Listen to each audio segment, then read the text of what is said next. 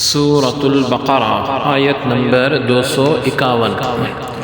اعوذ باللہ من الشیطان الرجیم، بسم اللہ الرحمن الرحیم۔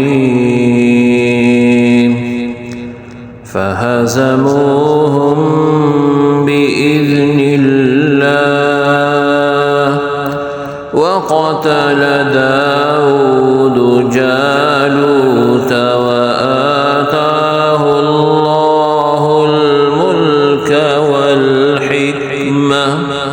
والحكمة وعلمه مما يشاء ولولا دفع الله الناس بعضهم ببعض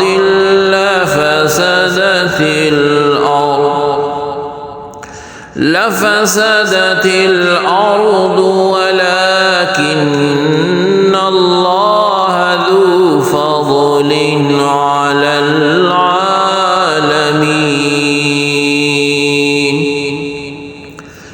لفظی ترجمہ ہے فاتو ہزمو ہرایا انہوں نے ہم ان کو بھی ساتھ اذن اللہ رب العزت کے اور قتل کیا داؤد علیہ السلام نے جالوت کو اور آتا دیا اسے اللہ رب العزت نے الملک اور حکمت اور علمہ سکھایا اسے من سے ما جو یشاء اس نے چاہا اور لو اگر لا نہ ہو دفع ہٹانا اللہ رب العزت کا الناسا لوگوں کو بعض ہم ان کے بھی سے بعض لا تو فسدتی برباد ہوتی الارض زمین اور لیکن اللہ رب العزت ذو صاحب فضل علی اوپر العالمین جہانوں کے۔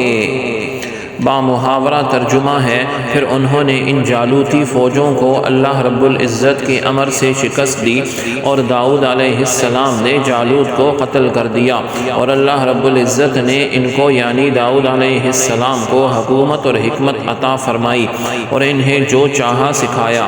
اور اگر اللہ رب العزت لوگوں کے ایک گروہ کو دوسرے گروہ کے ذریعے نہ ہٹاتا رہتا تو زمین میں انسانی زندگی بعض جابروں کے مسلسل تسلط اور ظلم کے باعث برباد ہو جاتی، مگر اللہ رب العزت تمام جہانوں پر بڑا فضل فرمانے والا ہے۔ آیت کی تفسیر میں فرمایا گیا فہزموہم بإذن اللہ، تو انہوں نے اللہ رب العزت کے حکم سے دشمنوں کو بھگا دیا۔ جب دونوں لشکر میدان جنگ میں آمنے سامنے ہوئے تو جالوت نے بنی اسرائیل سے مقابلہ کرنے والا طلب کیا، یعنی اس میں آیت میں جو ہے جالوت کا واقعہ بیان فرمایا گیا ہے۔ جالوت کی قوت و جسامت دیکھ کر جو ہے سب گھبرا جاتے تھے، کیونکہ وہ بڑا جابر تھا، قوی تھا، شاہزور تھا اور عظیم جو ہے جثہ اس کا بہت بڑا تھا اور قداور بہت تھا۔ اور طالوت نے اپنے لشکر میں اعلان کیا کہ جو شخص جالوت کو قتل کرے گا میں اپنی بیٹی اس کے نکاح میں دے دوں گا اور آدھا ملک اسے دے دوں گا، مگر کسی نے اس کا جواب نہ دیا۔ طالوت نے حضرت شموئیل علیہ السلام سے عرض کیا کہ بارگاہ الہی میں دعا کریں۔ آپ علیہ السلام نے دعا کی تو بتایا گیا کہ حضرت داؤد علیہ السلام جالوت کو قتل کریں گے۔ حضرت داؤد علیہ السلام کے والد عیشا طالوت کے لشکر میں تھے اور ان کے ساتھ ان کے تمام فرزند بھی تھے۔ حضرت داؤد علیہ السلام ان میں سب سے چھوٹے تھے اور بیمار بھی تھے، رنگ ان کا زرد تھا اور بکریاں چرایا کرتے تھے۔ جب طالوت نے آپ علیہ السلام سے عرض کی کہ اگر آپ جالوت کو قتل کریں تو میں اپنی لڑکی آپ کے نکاح میں دے دوں گا اور آدھا ملک آپ کو پیش کر دوں گا، تو آپ نے اس پیشکش کو قبول فرما لیا اور جالوت کی طرف روانہ ہو گئے۔ لڑائی کی صفیں بند گئی اور حضرت داؤد علیہ السلام اپنے دست مبارک میں گوپن یعنی پتھر پھینکنے والی رسی لے کر جالوت کے سامنے آ گئے۔ جالوت کے دل میں آپ کو دیکھ کر دہشت پیدا ہوئی، لیکن اس نے باتیں بہت متکبرانہ کی اور آپ کو اپنی قوت سے مرعوب کرنا چاہا۔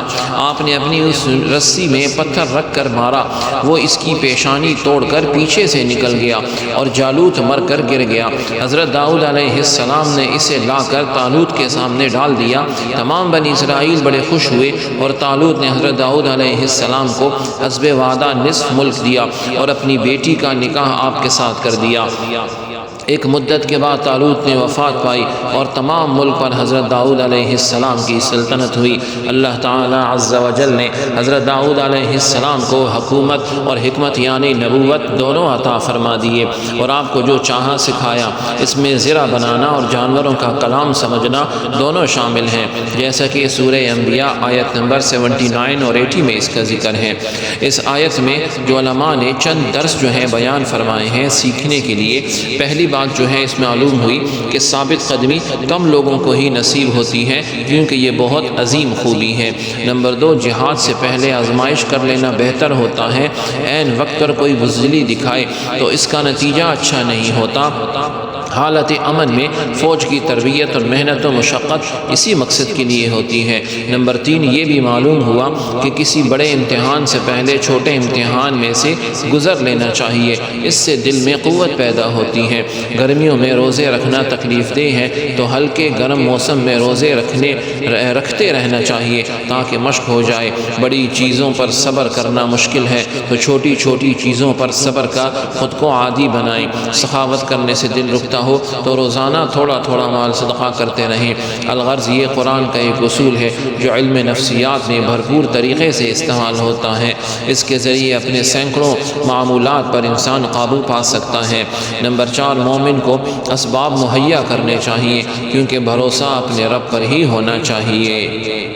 یعنی اسباب ہے لیکن جو ہے یقین مسبب الاسباب پہ ہونا چاہیے۔ آخر میں ارشاد ہوا لفسدت الارض، تو ضرور زمین تباہ ہو جائے۔ یہاں جہاد کی حکمت کا بیان ہے کہ جہاد میں ہزاروں مصلحتیں ہیں۔ اگر گھاس نہ کاٹی جائے تو کھیت برباد ہو جائے، اگر آپریشن کے ذریعے فاسد مواد نہ نکالا جائے تو بدن بگڑ جائے، اگر چور ڈاکو نہ پکڑے جائیں تو امن برباد ہو جائے۔ ایسے ہی جہاد کے ذریعے مغروروں، باغیوں اور سرکشوں کو دبایا نہ جائے تو اچھے لوگ جی نہ سکیں۔ کائنات میں اللہ رب العزت کی حکمتیں جاری اور ساری ہیں، اس کو سمجھنا ہر ایک کے بس میں نہیں۔ سبحانک اللہم و بحمدک، اشہد ان لا الہ الا انت، استغفرک و اتوب الیک، وصلی اللہ تعالی علی خیر خلقہ محمد وعلی آلہ و اصحابہ اجمعین برحمتک یا ارحم الراحمین۔